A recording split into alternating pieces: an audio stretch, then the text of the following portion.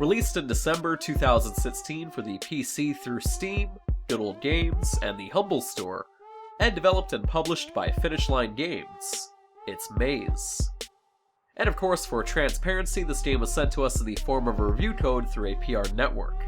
But anyways, in Maize you play as... well, that'd be saying a little too much. So to keep things spoiler-free, Maize is your not-so-standard adventure game. You wake up near what seems to be an abandoned farm and begin exploring and picking up objects such as this English muffin for example, and you're told pressing Q does nothing. You then begin also picking up random objects around the environment for your folio, as the name calls it, and you also construct a teddy bear named Vladdy, who then assists you on your journey. What? What are you looking at? Something on Vladdy's face? Why you not talk? Do you understand? Understand what Vladdy is saying. Oh, and of course, let's not forget the sentient corn. Hey! Hey! Hey! You must answer a riddle before you're allowed to enter. A doctor and his son are in a car accident. No, not that one. Say the one about the guy who hung himself with an ice block. You just gave that one away. Answer this one. What animal walks on 4 legs in the morning? That one's boring. I'm riddle president today. I get to pick. Oh, yeah, that's true. Was he president? But is Maize any good? Let's find out first with the good. The best aspect of Maize is its writing and humor. The game really gives a strong Portal vibe in terms of its sense of humor. For example, from the moment you start up the game for the first time, the tutorial text is seemingly mocking you throughout it. To easily my favorite thing about this game, the general humor from its wide cast of characters. Everything from the fourth wall breaks to the sentient horn themselves. Let us pose another query. If a tree falls in the woods, does it make a sound? Interesting conundrum. What kind of tree? Fir. Can it talk? Yes, but only after lunchtime. Is it wearing a lot of bells? Some, but not many. Is it in a glass house? Naturally. I have it. It does make a sound, but since it's a tree, it's too stupid to notice. Correct! Well done. To Vladdy crawling into vents. Stupid idiot, making Vladdy crawl through dumb thing. What is Vladdy supposed to do in here? Stupid! Stupid wires everywhere! To even the big bad of the game itself. Surrounded by idiots, rabble, underappreciated, ridiculed, scorned. Really, what is that? X is not a number. Why is that there? We should have kept one around to ask about that. X's. Ugh, ridiculous.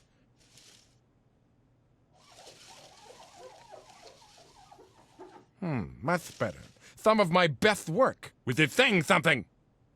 What was I doing? Ah, yes! Dealing with unwanted guests!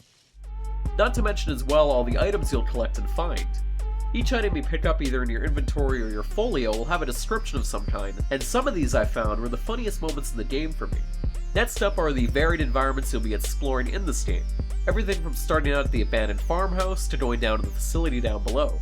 It helps as well that the overall game looks pretty solid. Running on the Unreal Engine 4, I played this game on max settings, my experience averaging roughly around 30 FPS due to my entry-level setup. But considering this is just an adventure game, I was fine with the frame rate overall. I'll also include my computer specs down below in the description if you're interested. As for what you'll be doing in these environments, well, there's not really any kind of major puzzle solving, which is fine for me personally, as this game is more aimed and advertised as being an adventure game, so fair enough. But with that said, most puzzles in this game are honestly just finding the correct place for items you found around the environment itself. As for the soundtrack side of things, aside from some of the humorous segments of the game with the music built around the game's setting itself, the overall background music is your typical synth tunes, and it's nothing too memorable.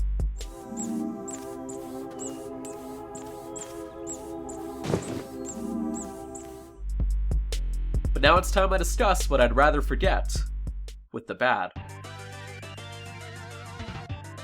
As I mentioned earlier, Maize really doesn't have any kind of actual puzzle solving. Most things revolve around simply finding items and placing them in the correct place. And with that said, this game really doesn't have any kind of challenge whatsoever. Maize starts off feeling vast in terms of what you can explore, but that feeling will quickly dissipate as you realize just how linear the world is. But worse yet, how much the game will hold your hand through it.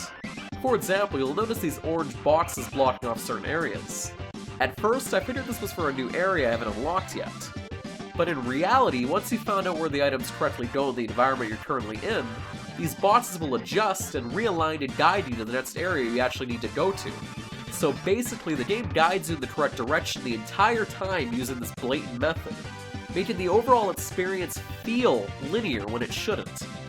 But on a more technical side of things, I noticed regardless of what graphical settings I was playing on, I didn't really get any boost in performance. Now, do take this with a grain of salt, as this can be vastly different on different computer setups.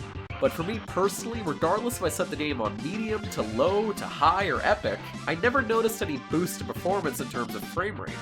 So I was constantly stuck with 30 frames, even dipping down to the low 20s at times when I was exploring the general farm area of the game. But once I was down inside the facility itself, I was getting anywhere from 30 to 60 frames. So it's pretty sporadic. As I said earlier though, my computer specs will be down below in the description if you're interested. You'll also notice the game is extremely heavy in post-processing effects, such as huge amounts of motion blur. And I wish I had more control over actually editing specific effects aside from the entire category just being labeled from low to epic. As for bugs and crashes, during my roughly 4 to 5 hours I spent with Maize, I never had any crashes, and I only noticed a small bug where the seat of a tractor was magically floating for whatever reason.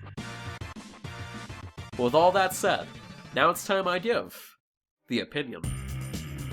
Overall, despite my complaints with technical issues and how linear and easy Maize feels, I still had a great time exploring its world and witnessing its cast of characters.